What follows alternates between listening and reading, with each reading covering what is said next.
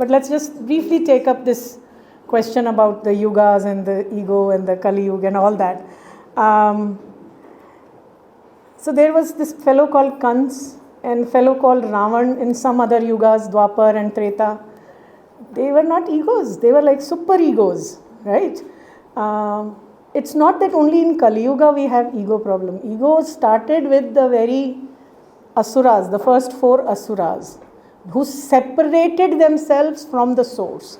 So ego, if we have to understand ego itself, and we have a session on our many selves, ego is not a bad thing.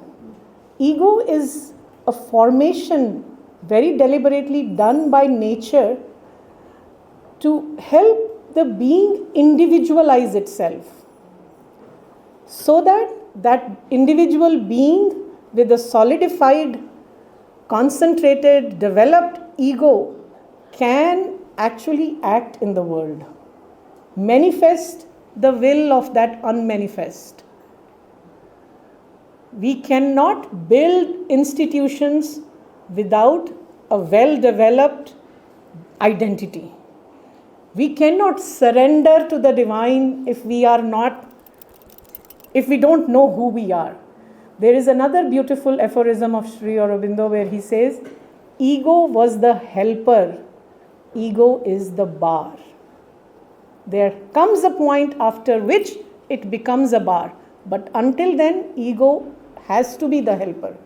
And then he continues saying, reason was the helper, reason is the bar.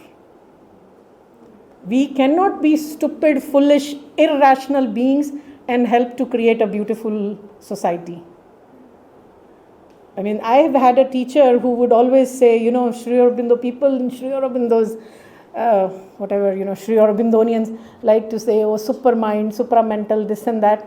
He'll bring us down. He said, are you even living your life rationally? Most of the time, we are not even living rationally. So we are not rational beings. What to talk of super-rational or supra-rational? So ego has always been there in all yugas. And the battle between truth and untruth, it's not good and bad. We like to call it Deepavali, or this festival is a symbolic thing of victory of good over bad. No, it's victory of truth over untruth. Victory of dharma over adharma. Right? So in all yugas they have been there. But in India, we've never had a linear notion of time.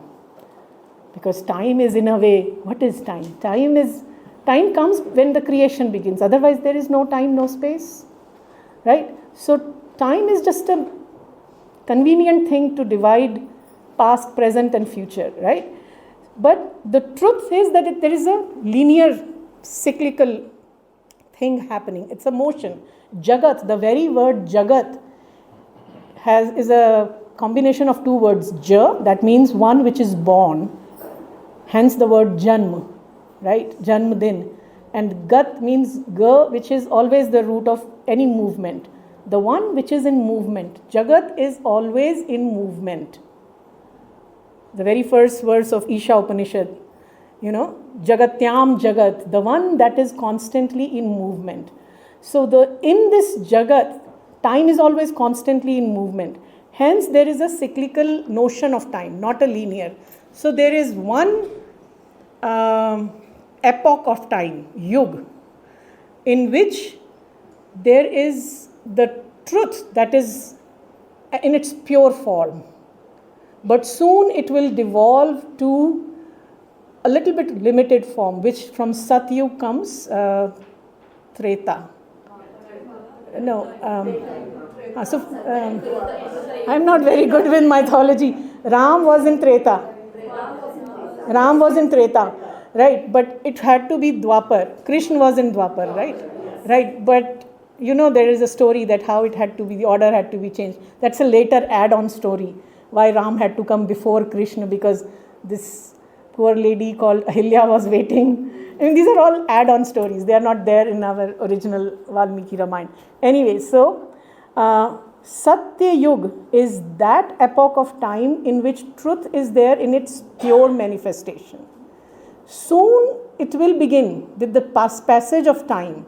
because there is this thing called ego, as a result of which free will begin to take over. But free will is also a truth. But because this free will, as long as it is separated from the source, it will try to bring up things that are not often desirable. Hence, the truth goes a little bit in the background. So, it is sometimes explained in one of the Puranas that Treta Yuga is the epoch of time which is standing on 3 legs. Treta. Satyug, where it stands on 4 legs. Then it's 3 legs. Dwapar is when it is standing on 2 legs. And Kali Yuga is poor 1 little leg. But the story doesn't end. Within the Kali Yuga are the seeds of Satyug. Because this is how the truth is. It has to go through a cycle.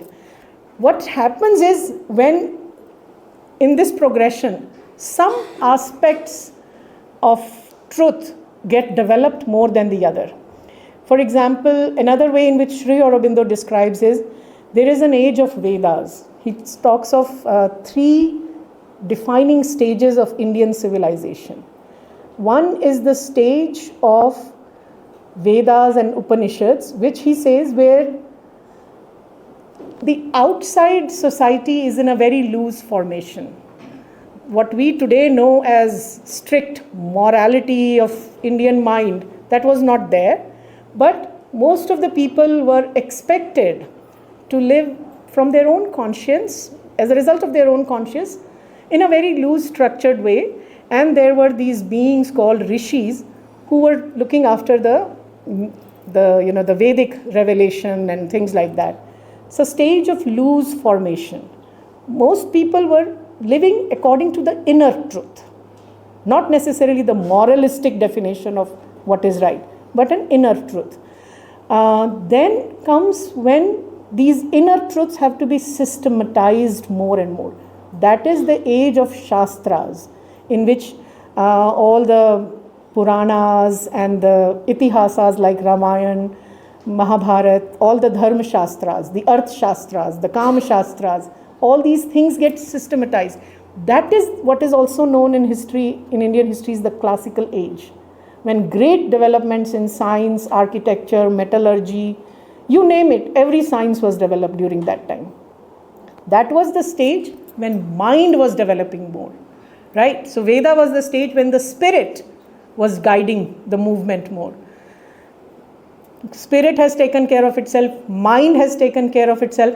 Then towards the end of the classical age comes the age of Puranas and Tantras and Bhakti, when the feeling, the emotions take the lead in development, right? Finally, we have to develop the matter. Kali Yuga is the age when matter has to be developed to its utmost perfection. Hence, all throughout, you'll see our emphasis is more and more on developing the outer. But the deeper truth that is guiding is because there is divine hiding in the matter. You see, if you understand history like that, then even what we consider as not so desirable things become meaningful, that they are a way for us to awaken to that truth of the matter. Does that make sense? So Kali is the iron, the age of iron. Iron, matter. Iron hits on the matter, right? From this Kali Yuga will come a higher Satyug. And if we have time, if we go to Sri Aurobindo's discussion on what is supermind, what Sri Aurobindo and Mother were able to bring down on the earth, that supramental consciousness, is the day many of us think the new Satyug has started. Because that's the age, that's the day when a new consciousness took over. And Sri Aurobindo and Mother are not the only one who've spoken of this, but all that we see today is a creation of mind, the mental consciousness. And these hints were there in the Vedas also. We just don't know that. Yeah. You mentioned before, just drawing attention to that. Even if it is an age where there is material development, Yeah. it can still be done with the divine. Yeah. Instead of just looking at it as just matter, the divinization of matter is what you Yes, so yes. returning back to a point of Sri Aurobindo's that she mentioned of Mother's teachings that the quality of your life depends on the quality of your aspiration. So if you're going to only look at material progress devoid of an understanding of the holistic or the integral picture of life, then your looking at Kali will be only through that lens. But if you can see it as an opportunity to divinize matter, to bring material consciousness, even for material consciousness, if that comes through the divine, then that's a transformation. So it gives a lot of opportunity for us to connect to the divine and then deal with material. So anything difficult that we find in our everyday life, if we can divinize that, that is the opportunity that today's world gives us. There is a beautiful, you reminded me of something, this is why digressions happen. There is a beautiful another aphorism of Aurobindo. See, sometimes I don't like to read big things. I like to read his small things. They're just so powerful. There is, we've all seen that picture of and heard the story of Krishna stealing clothes of the gopis, right? So he said, when you see or when you think of a story like that, what do you see? It all depends on where you are, in what state of consciousness you are. You can also, he says, you can also see a lot of obscenity in it, or you can see the ultimate truth that if you have to go to the divine, you have to leave all the trappings, including your clothes, behind. And if you can't take it off, God will take it away. Right? Because you can't go otherwise. You have to leave all the things. So it depends really. Kali Yuga can be a great age. I mean, I think we are fortunate to be born in this Kali Yuga where we had saints and sages like Sri Aurobindo, Mother, Raman Maharshi, so many, so we were not probably there in the age of Ram and Krishna also, but heck, we are here now. So we should be very blessed with that, right? So it depends on how we look at it. Before we go further, I wanted to just invite Kamal. We were just talking about this thing, and if you can just pass on the mic. He was saying something. See, when Sri Aurobindo describes the ranges of mind, one of the ranges beyond what we understand as our highest reason, highest intellect, is something called higher mind, and then there is an illumined mind. And he says many times our great poets and philosophers have reached that range of mind, and from where they bring down the truth. So he was just reciting few lines from Jai Shankar Prasad, where the idea of oneness comes out so beautifully. So can you just, I'm sorry, those who don't understand Hindi will not be able to fully appreciate, but still go with it, go with the flow. So just beautiful lines from Jai Shankar Prasad. So basically there is a Mahakavya, we say in Hindi, Kamayani, written by Jai Shankar Prasad. So he brings the idea of origin of world in this how through the water things come. So there is three characters, Shraddha, Manu and Ida. So I am also connecting these characters with Brahman, Yoga and Dharma. So these are also representative of different things. One is a representative of Man.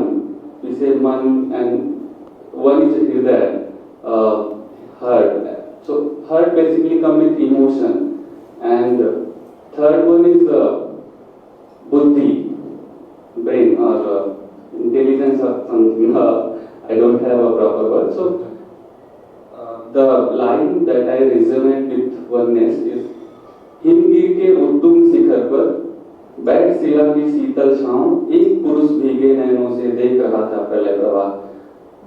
So प्रलय, a kind of disaster, come and everything destroyed. So one single man is alive on Himalaya में Everest के सबसे ऊंचे शिखर पर बैठा है और देख रहा है जो चीजें नीचे हो रही हैं. तो उसके बाद कैसे अलग अलग कैरेक्टर जो तीन है उनकी एंट्री होती है और ओरिजिन का शुरू होता है. वननेस से जब हम कनेक्ट करते हैं, हमें कुछ प्लेजर चाहिए होता है या फिर हम बोर होते हैं तो किसी को ढूंढते हैं. तो वो प्रोसेस शुरू होता है। फिर ये है, नीचे जल था ऊपर हिम था, एक तरल था एक सघन, एक तत्व की ही प्रधानता, कहो उसे जड़ या चेतन। सिर्फ पानी ही पानी, only water is there. One is in the form of ice, one is the form of river और flow. You have to connect with, if you want to connect with flow, you can. If you want to be jada or constant, you can. So you have choice. If you want to live in oneness, be constant. If you want to flow or connect with origin, you have to flow. So this is the basically I was connected with, and I'll have this lesson. Thank you for giving. Thank you. So again, see the same idea of how Srishti begins, expressed differently.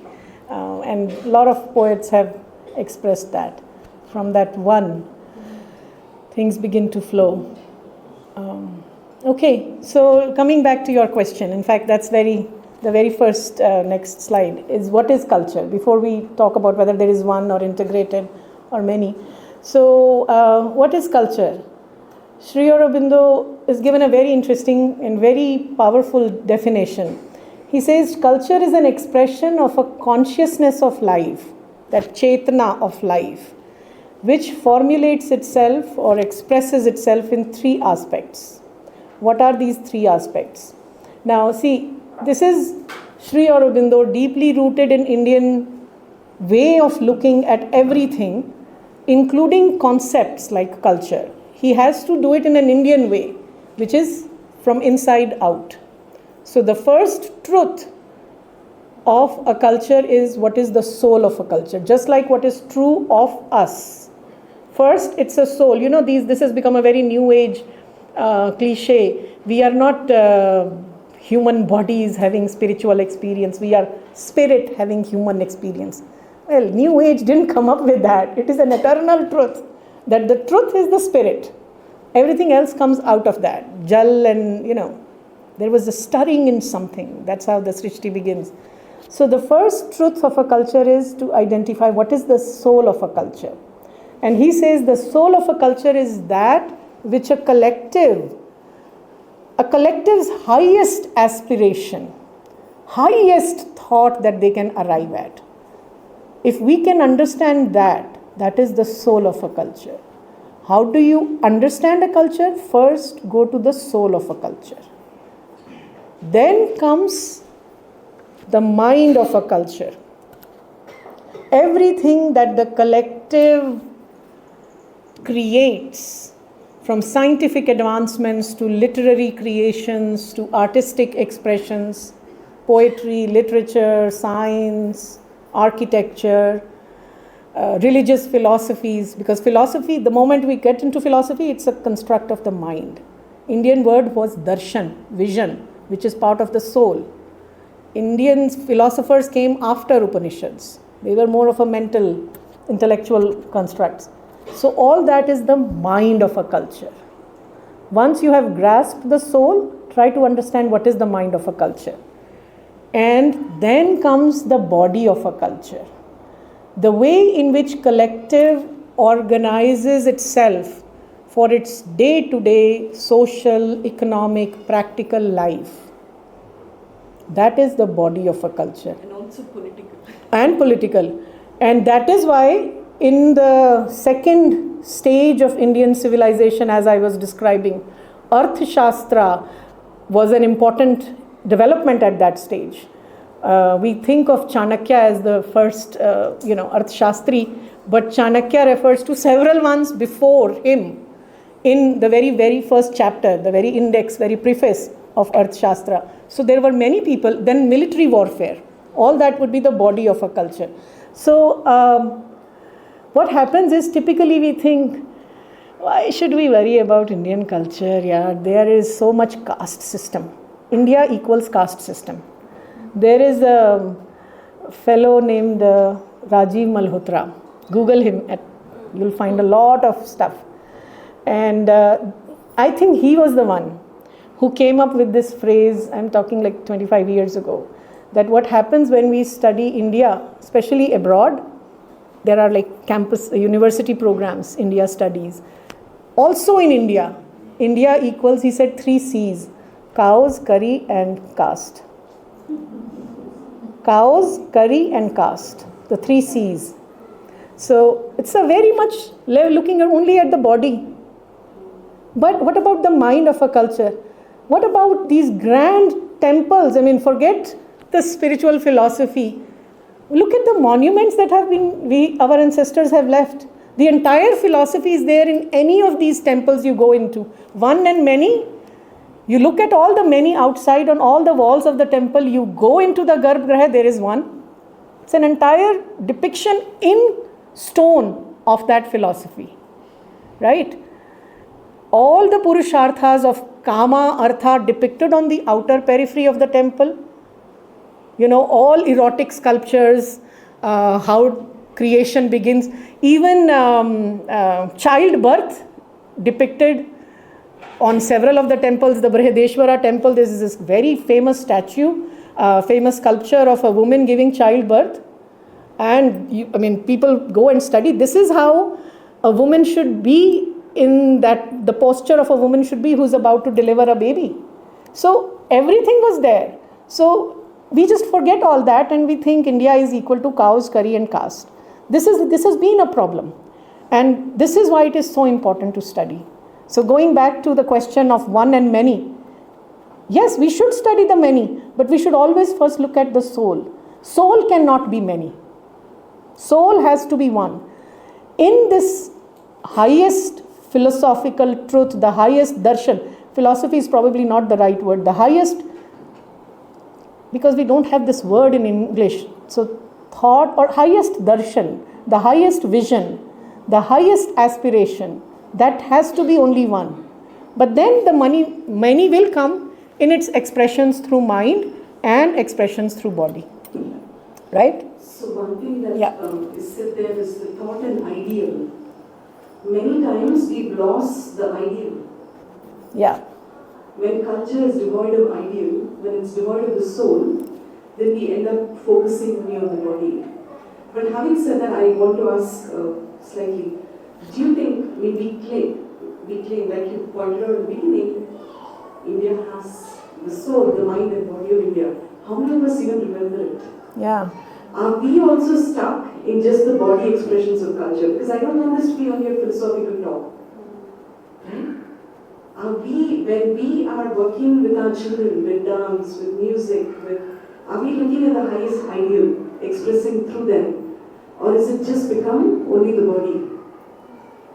Because even for India to be called the 3 C's, what is it that we have to take responsibility for? Yeah. As a country, are we sitting on our, we have such a great heritage? Like she said, it's become jingoism. Yeah. Or are we actually living that? Right. Are we living the cultural heritage? Or are we just sitting there and saying, oh, our country is so great?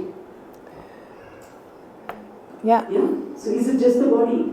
Have we reduced culture to the body? So I would actually say we need to, as educators, we need to pause and see how are we seeing culture. Is it just a show that we do for Dhwani or Darpan, or are we looking at all these? This is such a beautiful slide, it covers everything. Are we looking at the soul of culture, the mind of culture, and the body of culture? All three are important. Yes, and when, schools, when we have things like cultural shows, dances or theatre or performances, through that, are we just telling them that this is a nice feel-good story, or are we telling them what is the ideal behind the story? Actually, if we start analyzing each and every story, there is some deep philosophy in it. So we have to decipher it, first for ourselves and then for children. Yeah, so that's very important. This is a pain. Also, the children have to, it's not us only telling the children. Yeah. The children have to internalize it. I think the first time in Teen Circle when they wrote the Guru Nanak play, the soul was completely not there and we had to ask questions to get them to think and open up and say, what is there in that, right? Yeah. From there came in the mental being, and then now it's coming into the body, the production of it. But if the soul is missing, then your question will forever be a conflict. Because all the conflicts happen at the body level. Because we're missing the soul. And then there is also a very practical way to understand the one and many, also from a more sociological lens. But that would not necessarily be the deepest spiritual Indian way, and yet that is important. So the importance of that is again that in India we have, so if, for example, to be very practical, we say all this is coming from what is today known as Hinduism. But at that time there was no Hinduism, there was only this. So Aurobindo describes it one place very beautifully. The Indian mind, when it came up with what today we understand as religion, we didn't even use the word religion. Religion is an English word. We use the word way, dharma, the panth. It chose itself it chose to give itself no name. And yet within that it allowed all kinds of diversity to come in. So even what we today in a very narrow way understand in Hinduism, there could be a Shaiv path, a Vaishnav path, a Shakta path. Within Vaishnav there could be, certain so many subtexts. And then he says the same path could have assimilated many other new faiths that came later on. So there is a way, because it is so broad, so universal, it has room for every path. All the other paths have to be assimilated into it. What is the one criteria is, the Vaishnav will not tell to the Shaiv, me and me alone and your way is not right. As long as one path, I'm totally talking about from a sociological perspective, any path that says my way, my God, my way of, my Padvati of puja is the only right way and yours is not right way, that will have no room within this one. You understand? So this is where, because ultimate goal is harmony. Harmony of mind, body and spirit, not only of you and me, but of the Samaj also. Everything, soul, mind, body, even societies, nations have this. Soul, mind and body, society has this. So for the harmony of soul, mind and body, integration has to be the way. That is the only truth. Right? So this is why certain mindsets have no problem with having 50 different gods on their home altar. Right? Because they understand this one and many. Gods were representation of certain qualities. Yeah. Today's modern term is multiple intelligences. Yeah. Yeah. Each god is a multiple intelligence. Ganeshji is the way you remove obstacles from your mind. You can do that with limiting beliefs. Right? Yeah. Removing the belief systems, removing the obstacles inside your mind that come in. So I think there is a need to go to understand the deeper meaning of things, and that is what Aurobindo and the mother bring up so much, and not fight so much at the body level. Yeah. So there are just two examples of the soul, like one from the Rig Veda, which actually again answers this question very clearly. May noble thoughts come to us from every quarter. This Rishi is saying clearly, there, stay that open that noble thoughts come to you from every place, every quarter, every corner of the earth. Just one example of the highest aspiration. We'll read the whole thing. May noble thoughts come to us from every quarter, unchanged, unhindered, undefeated in every way. May the gods never turn away from us. May our protectors care for us, ceaseless days after days. Just one example of the highest ideal, the highest aspiration of a people, the soul of a culture. And then I just had one line from Savitri, which is the Veda of the future. The world is other than we now think and see.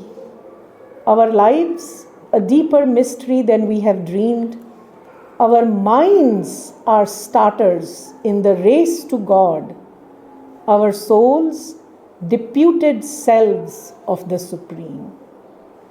So if Supreme is Brahman, deputed self is the little Atman. Supreme has given charge to these Atmans to do the Supreme's work. our souls, deputed selves of the Supreme. Just another example of how the soul of a culture is represented. Just one example of the mind. Why Valmiki is known as the Adi Kavi, the first poet. I think we've all heard of Shelley. Our sweetest songs are those that tell of saddest thoughts. But I think one Hindi Kavi had it probably correct. है सबसे मधुर वो गीत जिन्हें हम दर्द के स्वर में गाते हैं. All this comes from Valmiki.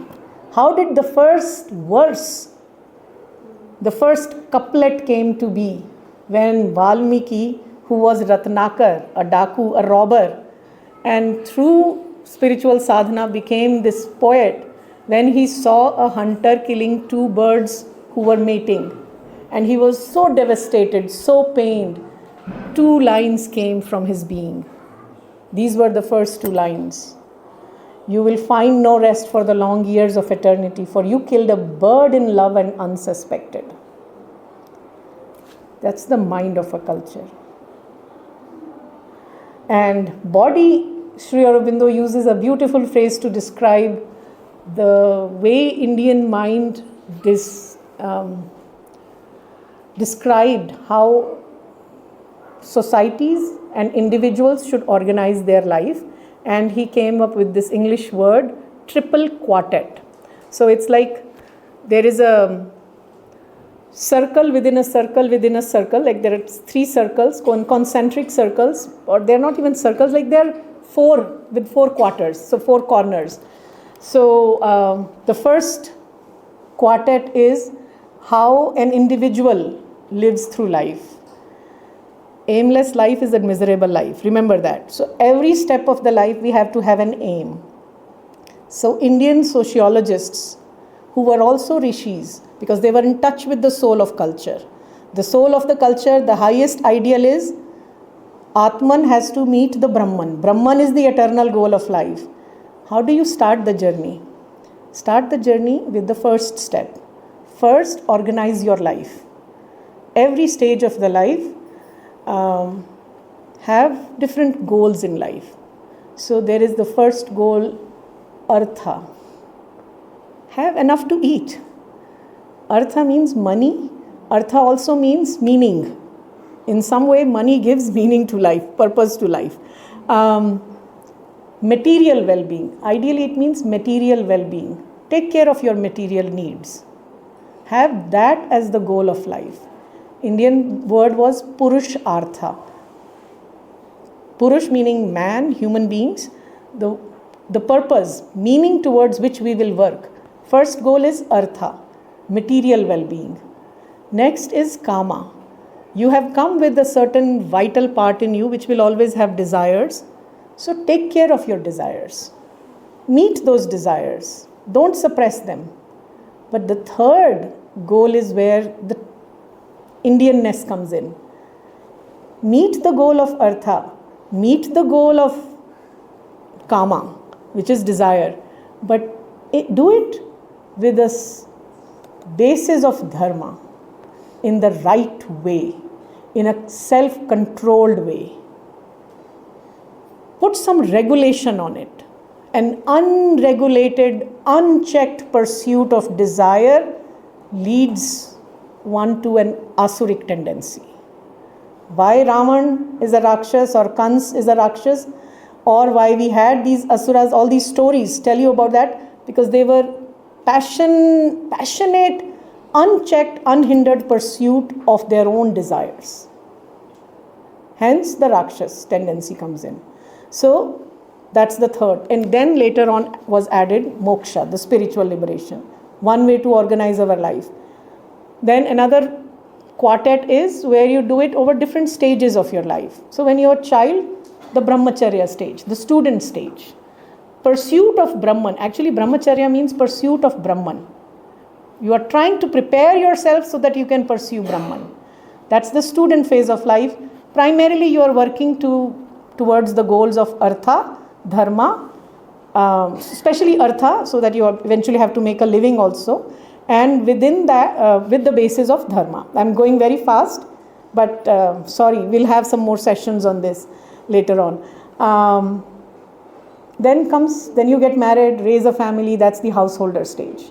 That's the grahast stage. Then comes the vanaprasth, after you have taken care of your family responsibilities. That's the stage where you're actually earning money for the society, creating good things for the society, raising good children for the society, again in a dharmic way. Then comes your own inner pursuits, where you cut yourself off a little bit from your social responsibilities, the stage of vanaprasth. Vanaprasth means turning towards forest, because at that time forests were the ways to get. Today, like, they are having their vanaprasth here in freedom land. I thought I was starting my vanaprasth in Pondicherry, but then came the grahast responsibilities also. Then finally was the sannyas. It's total recluse. You don't owe anything to the society. You work only towards your meeting with the Brahman. This was the second quartet. The third is a collective life. This is where we had this thing called Chaturvarna. What got distorted into 4 castes. Chaturvarna means four broad ways in which societies can be organized, and yet that truth is also based on 4 broad ways in which our tendencies go in 4 different directions. So we'll have some more discussion on that. But these broadly are, everybody knows, Brahman, Kshatriya, Vaishya and Shudra. Right? So Chaturvarna. This is the body of culture, triple quartet. We'll have a little bit more discussion on Chaturvarna, and I have some notes and I would help you do that. Can we just go for 5 more minutes and then we'll take a little break? Oh no, actually we'll go till 12, right? Till 12. So after that, but let me just take a minute's pause. Any quick question, short question that can be, or anything else anybody would like to comment? Yes, please. So India wasn't, when you said initially didn't have a concept of a religion. The concept of a religion is new. Or the idea of what is religion, the word itself is new. So Hinduism is also called as Sanatan Dharma. Yeah, actually. That was the yeah. So it wasn't Hinduism as a religion, but it was Sanatan Dharma. Yeah. So what does Sanatan mean? Sanatan means eternal. Eternal. Yeah. Actually, there is one reading which I would like you to do for actually as a homework for tomorrow. It's just a small 2-part article I had written first for some other publication, and then I reworked on this for Renaissance. It's called Indian View on Religion, Dharma and Life. That's our first session for tomorrow. So it's a quick, short, 4 or 5 pages, but it's an easy read. So just read that, and I think many of this will be answered. So I want to say that we didn't have the concept of religion. If you look at the word religion itself, I don't know if I've included that part here, but no, this is an abridged version of that article. When I was writing for another website which had longer word limit, I started off with this saying, where is the English word religion comes from? See, there are 2 ways to look at the word also. There is one meaning of the word religion which has the same meaning as the word yog, which means to unite, to bind. So if we go with that meaning of the word religion, it is the same idea. To bind what? Bind Atman with the Brahman, bind what has separated from the source. So in that sense, it's not that the concept was not there, but what we have come to understand religion as a set of dogma, a set of some kind of a creed, a set of devotional practices. That idea, that confined idea was not there. So I need to just clarify that. But there was this idea that eternal way. There is one way, and there are many ways within one way. And actually, I'll show you one video tomorrow, because I was going to just give a little rest to my voice. I was recently asked to do a little session on fundamentals of Sanatan Dharma. It's just a 25-minute video. So we'll just play it. I'll be there. And some of these things will be addressed. that if it is one eternal way, one Sanatan Dharma, are there some fundamentals to it? Can we be fundamentalist Sanatani? Let me just put it like that. Can I be a fundamentalist Sanatani? If I can be, I will be actually very evolved being. So that video hopefully should clarify that. So yeah. So it's not literally that the concept was not there, but the idea that only this way can take you there was not there. Yeah? Okay. Sorry, I wasn't using the mic. Abhi, is it fair to say religion has become associated with just the body? Yeah. So another way Sri Aurobindo explains is in his social writings, social philosophical writings. He says every religion has two components. One is, he defines it, true religion, and the other is religionism. So true religion is what is at the core of that religion, which is some sort of a spiritual realization from which that creed came into being. Religionism is when only the outer body is considered as the sum and all of that religion. So for example, Mother explains it in a conversation. If Buddha were to come down today, he wouldn't recognize what Buddhist teachers have made of Buddha's teachings. So she even says that, and she had done a deep study of many Buddhist texts, even while Buddha was in his physical body, there were followers of Buddha who had started arguing over that their interpretation of his teaching is better or the correct one. Hence we have so many sects within Buddhism. And then she goes on to say, if Jesus were to come down, he would be the first one to run back to the heaven as to see what they have done to my teaching. So she uses the word, there is church and then there is true teachings of the Jesus. So religionism and true religion. So this idea of religionism was not emphasized, but the true idea of religion was very much there. Yeah? Okay. So just very quickly, if there is, what we have been discussing is, the Indian ways of looking at these things. What about Rashtra, nation? Especially now that we think we are all becoming global citizens and all. Is there a truth of the nation? Is there an Indian way to understand nation? I think I've already described this. If we go back to the spirit, the soul, we always have to look at what is the true truth of a nation. As Sri Aurobindo says, there is always a Devi, some sort of a goddess that is supporting, some sort of a godly being that is supporting a Rashtra. Rashtra, he says, there is a book by Sri Aurobindo called The Ideal of Human Unity, which is the philosophical base from which Aurobindo came into being. In Ideal of Human Unity, he describes that we have come to, as a race, we have come to a point where nation has become a psychological truth. Okay, let me tell you this in a story. You've heard the story of Vishnu's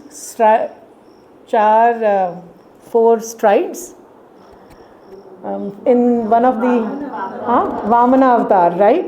So Sri Aurobindo takes that story of Vishnu's steps, and he says, he describes it as the way, he uses that story to describe the formation of a nation.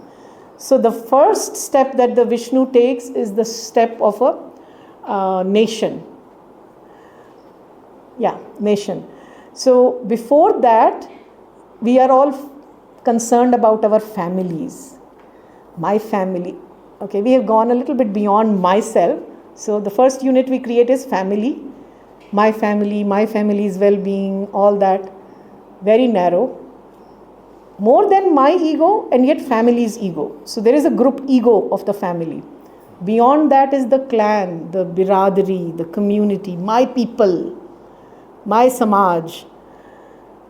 Sri Aurobindo says that until you get rid of your attachments to family and clan, you cannot think of the nation. Only when, this is the history, in Ideal of Human Unity, he goes over the history of humanity like that.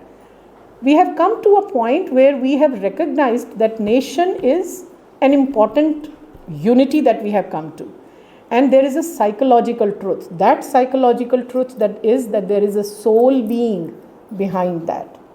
Because otherwise, no collective can progress. In our little clans, we will be always fighting.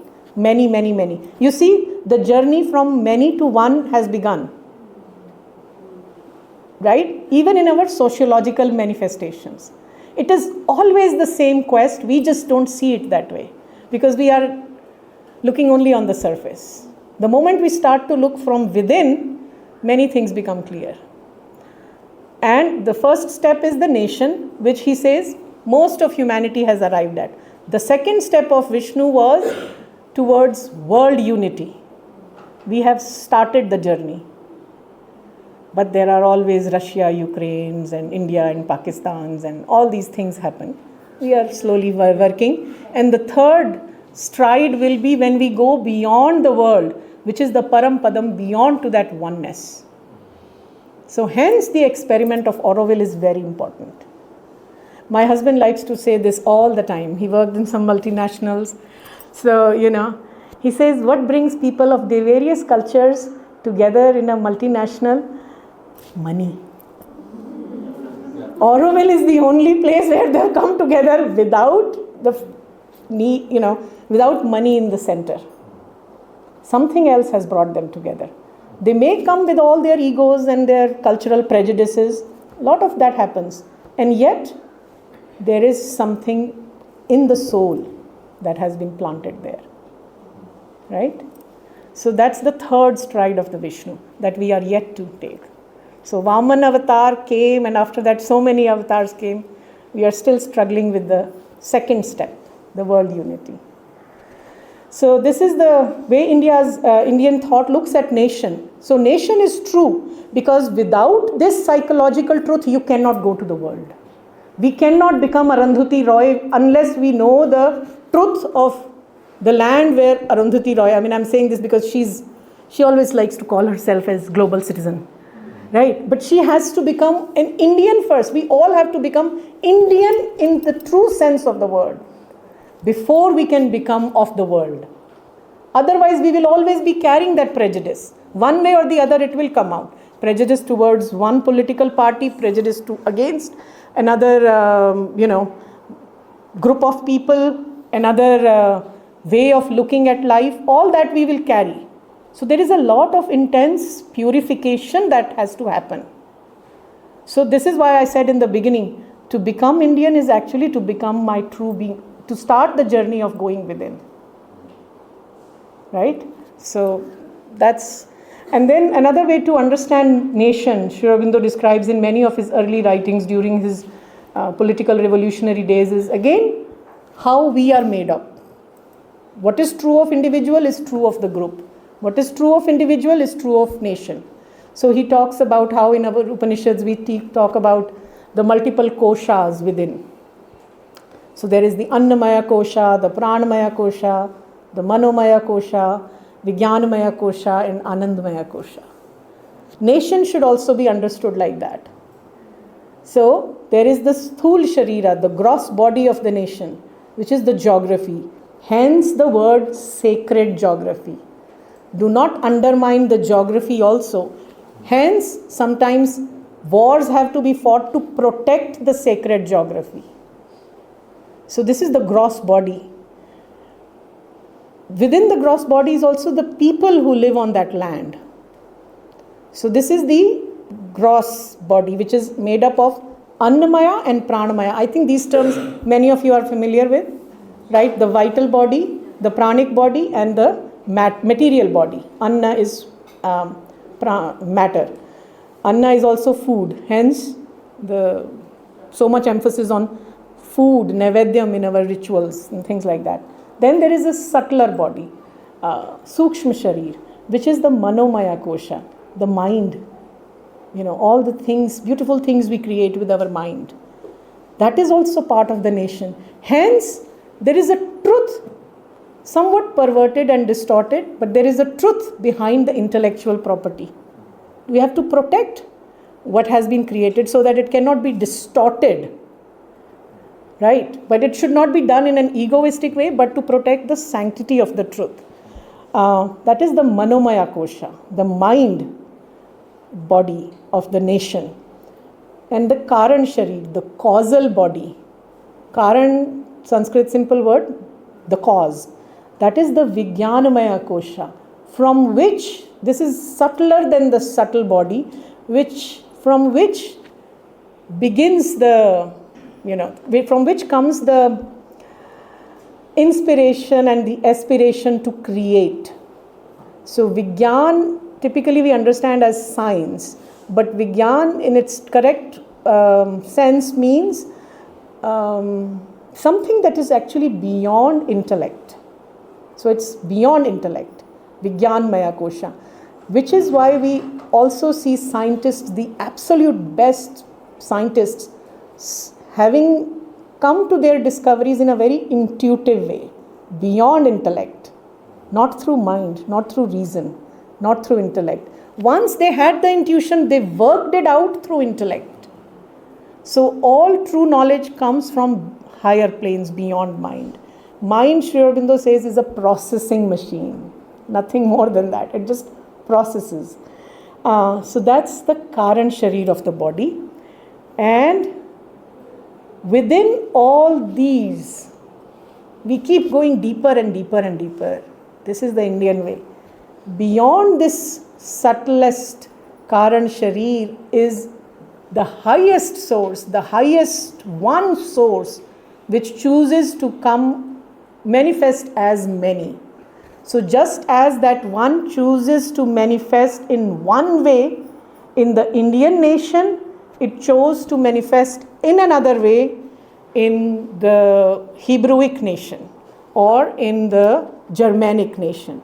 Because these, today what we know as, nation states, this is a very modern way of looking at things.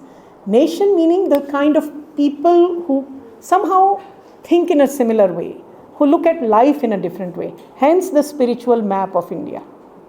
So there is a truth of the spiritual map of India. There is a truth of the Mongolian nation, from where you have China and many other countries in Southeast Asia.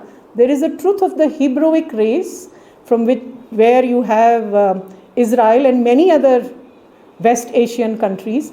And from there you have all these other modern nation states. So there is a truth of what is now Europe. There is a huge similarity at the soul level of what are different European nations. So that truth has to be preserved. But they are still different truths, because now we are at the stage of many. And Aurobindo is an example where these many truths are trying to come under one umbrella, you can call it, or one integration, which is at the level of spirit. So those of you who have been to Aurobindo, you must have seen, Mother was very clear that there is one part of Aurobindo which will be called as international zone. So there each nation is supposed to have its own pavilion. Probably, who among here went? Yeah, you went to the India Pavilion Bharat Nivas, right? Did you go to Tibet House? No, there was some work going on, but we had the gallery set up where the idea of Aurobindo was completely on a total display. Right, right. So there is a Russian pavilion, there is a French pavilion, there is a Tibet house that has come up. You should go to that Tibet house for New Year celebration. Beautiful meditative thing they do. So there are a few other countries. The idea was to each nation, these pavilions will become a showcase of that nation's culture through soul, mind and body. So at Bharat Nivas, there are all kinds of performances that happen. We even have like hearts, markets, Northeastern pavilion, Northeastern melas and things like that, Northeastern crafts and handloom weavers would come and do some show and tell kind of things. So Indian culture in its manifold diversities will be displayed there. Same thing with other pavilions. So through these works, people are supposed to find the soul of their nation. So it was all very much there in her plan for Aurobindo. So not to say that because they are living in Aurobindo, they have become some la world citizens. No, they are still, grounded in their culture. Because, see, the moment we become, what is wrong with this kind of lala globalization is, it's all McDonaldization of the world. That's the phrase it's not my phrase, somebody else has used it. It's a McDonald culture. We are all going with McDonald's and Coke. That is not true not true unity. Right? We are all wearing jeans and we are all just, some are torn here and some are torn there. That's a very bad unity. Even military unification is a very bad way to bring unity. Even United Nations, poor UN has been in existence for so long and they have not been able to bring any unity, right? So, until it happens from within. So, inner unity, that's the struggle of Aurobindo. And hence, a township meant for 50,000 has not gone beyond 2,500 because we are not ready to live there. I am not ready to live there, I'll say it. I am not ready to become an Aurobillian because I love my country too much. I'm way too attached. Right? So until I work that out, maybe next lifetime. So family, clan, okay, I don't care. Nation, I still care. So we have to be honest with ourselves. Right? And also she said it's when you actually work through the conflicts that arise out of that collaborative staying together. Yeah. So it's not just staying together, but working through the conflicts that come across. Yeah. Everyone staying together. Yeah. Understanding each other, conflict resolution, compassionate. Yeah. So this is why nation is so important, because nation is not just body, nation is not just Annamaya, Pranamaya, Manomaya. Nation also is identified with a very unique culture and very unique temperament that is the basis of the culture. And Sri Aurobindo says it very clearly, the temperament, the dominant thread, which is now goes back to the one. The dominant tendency of the Indian mind is spiritual, intuitive, psychic. And he distinguishes between these three words. Again, in ordinary language, we club it all together. So intuitive is still beyond mind, spiritual is way beyond mind. It's from the unmanifest levels, and psychic is within us. We start with psychic, go to intuitive, then go to spiritual. So this is the dominant tendency of the Indian mind. Every time you will actually hear in our ordinary language also, I remember my mother saying, if I had some fight with somebody in school or something, अपने अंदर सोचो क्या गलत किया तुमने. You know, she was not a philosopher, but somehow she had heard this from her parents. So there is this tendency, तुमने ही कुछ किया होगा. I say, Indian mothers are never with their children. They're always happy with other children. So because this tendency of look within is always ingrained, right? So that's the psychic. I didn't realize it at that time. I just said, Mommy, you don't like me.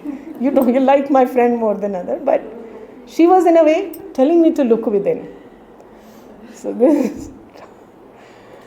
So, and I just also want to say this very quickly before we close, that when we say all this about, spiritual tendency, intuitive, psychic, we never undervalued other things also. Remember, reason was the helper, reason is the bar. We didn't build Tanjavur temples and Rameshwaram temples where there is a perfect symmetry if we didn't value reason, if we didn't value what mind can do, the kind of architecture that we can build. So, while we were giving so much emphasis on spiritual, intuitive, psychic, we were always also giving equal emphasis on what mind and vital is able to do. Hence, we created Ramayana and Mahabharata and all the beautiful poetries of, Bhas and Ban Bhatt and all those other great, Silapadikaram or so many others, right? So, we also created empires, right? Great kings. Somehow our historians have reduced it to there was an Akbar the Great, Ashoka the Great, and Napoleon the Great, but there were many other greats. Chandragupta Maurya the Great, the Lalitaditya of Kashmir the Great. So many other empires that we created. Maratha, like we think that, British took the India from Mughals. No, British took the India from Marathas. Marathas was a bigger empire than Mughal at the time British took over. So there are so many things. We created empires. We created canals. We created architecture. We created irrigation projects. So many things. So we also did that while we were able to do the works in the spirit. And like I always like to say, these invaders didn't come, the conquerors, Britishers didn't come because we were spiritually rich. They came because we were materially rich. They came to not just for the spices, they came for the silks and the way to make silks, the knowledge to make those kinds of silks and cottons, right? So history has to be understood also with the culture. So a remarkable feature of the Indian mind was a close attention to things of life, how to systemize in well-crafted, well-founded shastras. There are even shastras on horse breeding, shastras on making wine, alcohol. ऐसे ही नहीं नासिक वासिक में सब आ गए, because we knew how to make wines even at that time. So this is just, certain things. So I think we can stop here and we'll take it up this next time. Which one? The ancient Indian culture gave free play to the activity of the reason, to science and philosophy. Metallurgy, shipbuilding. This is now a very well-proven fact that Vasco da Gama could have been lost. It was not just Columbus who was lost. Vasco da Gama was also lost. There was a Gujarati ship that he followed to find his way to Goa. So Columbus the lost ho hi gaya tha. He went to America. Vasco da Gama was also about to get lost till he found this Gujarati ship wala. So so we did science, we did philosophy, satisfaction of the aesthetic being, arts. Imagine, the poetry that we have inherited, from all, spiritual poetry to erotic poetry to everything in between, to many arts. And we'll have a session, like a little fun session on 64 arts, which also comes from the Kam Purushartha. Many arts, great or small, to the health and strength of the body, the physical education. Why do you think British had banned Kalari? Because they knew this is one martial art that can make India strong. Indians strong, and when Indians become strong, they would ask their own land back. So the gun laws were put in place like that, that they wouldn't have access to weapons. So we had a lot of emphasis. When you read the description of how Ram is described in Ramayana, Valmiki's Ramayana, so much emphasis given to his physique, because he's a Kshatriya. Krishna is not a Kshatriya, Ram is a Kshatriya. So his physique, the strength that he had, the way all the Pandavas are described in Mahabharata, and then the kind of vyayam they used to do. So there is a whole body of literature on building bodies. There is actually a book what else?